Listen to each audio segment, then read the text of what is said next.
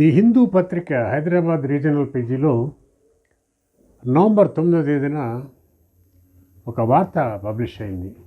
The page second హాఫ్లో ఒక double కాలం స్ప్రెడ్లో publish అయినటువంటి ఆ వార్త నాకు కొంత ఆశ్చర్యము, ఆలోచన రెండు రేకెత్తించింది.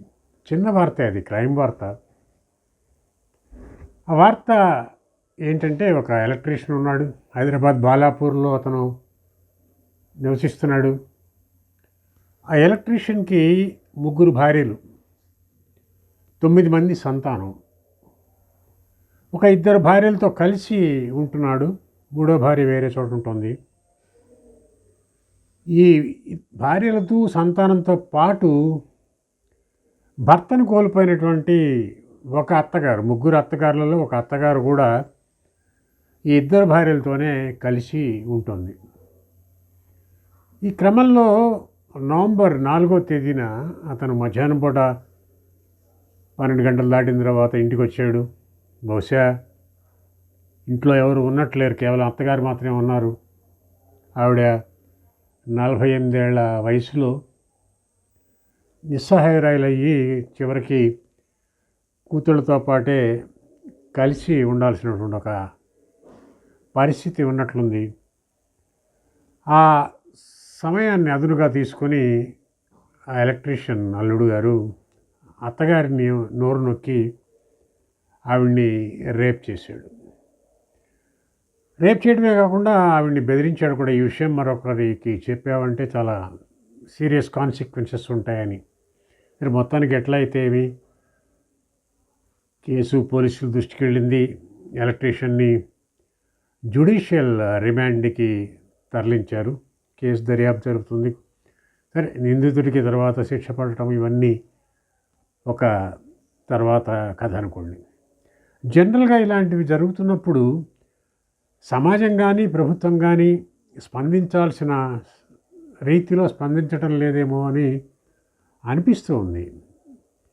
అంతకుముందు ఎప్పుడో ఒకసారి ఒక మేజర్గా జరిగిన ఒక రేప్ కేసులో గవర్నమెంట్ ఇమేజీ భంగం కలుగుతుంది అనుకున్నప్పుడు ఇమ్మీడియట్గా రెమెడియల్ మెజర్స్ కింద తీసుకువెళ్ళి వాళ్ళు ఏదో తప్పించుకునే క్రమంలో వారిని కాల్చి చంపామని చెప్పి 4 నిందితుల్ని, 6 దోషుల్ని కాల్చి చంపినటువంటి ఘటన అనేది ఉంది. కొన్నాళ్ళు అది పత్రికల పతాక శీర్షికల్లో వరుసగా కథనాలు నడిచాయి.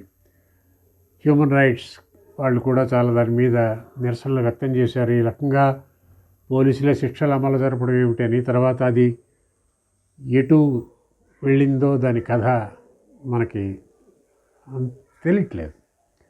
ఇలాంటివి జరిగినప్పుడు ప్రధానంగా దీనికి రూట్ కాజెస్ ఏమిటి, ప్రధానంగా జరుగుతున్నది ఏంటి, ఇలాంటి రేప్ కేసులు జరిగినప్పుడు ఎందుకు జరుగుతున్నాయి, సమాజంలో ఏ రకమైనటువంటి మార్పులు వస్తున్నాయి, వీటికి మూల కారణాలు ఏమిటి అని అన్వేషించాల్సినటువంటి అవసరం అనేది ఇటు ప్రభుత్వాలకి అటు మేధావులకి ఉంది.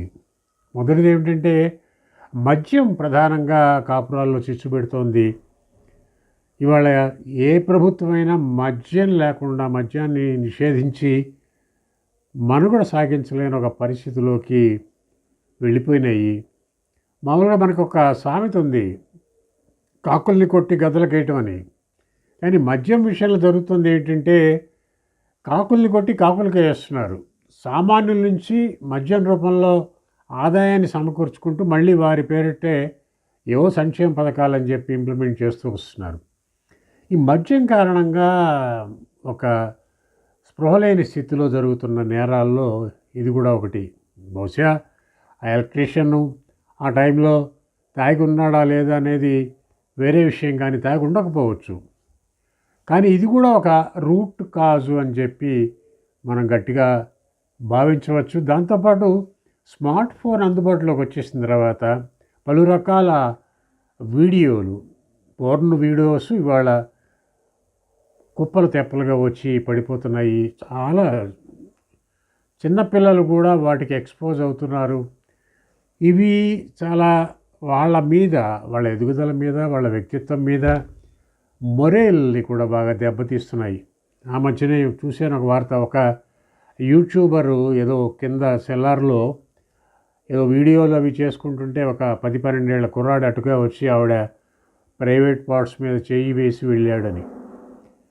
అలాంటి వైపరీత్యాలకి దోహదపడుతుంది ఏమిటి, కారణం ఏమిటి అని మనం ఆలోచిస్తే పెద్దగా దానికి ఏమి లోతుగా చర్చించాల్సిన పనేం లేదు.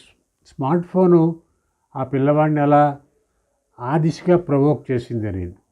ఇలాంటి విషయాలని మనము ఏదో శాంతి భద్రతల సమస్యగా పరిణమించేదాకా ఆగకుండా మేధావులు కావచ్చు, అలాగే స్వచ్ఛంద సంస్థల్లో కార్యకర్తలు కావచ్చు, ప్రభుత్వాలు కూడా పూనుకుని వీటి మీద చర్చించి రూట్ కాజెస్ని కనుక్కొని ఎంతలో కొంత పరిష్కారాన్ని, కొంత అవగాహనని, చైతన్యాన్ని పెంపొందించాల్సిన అవసరం ఉందేమో అని అనిపిస్తోంది.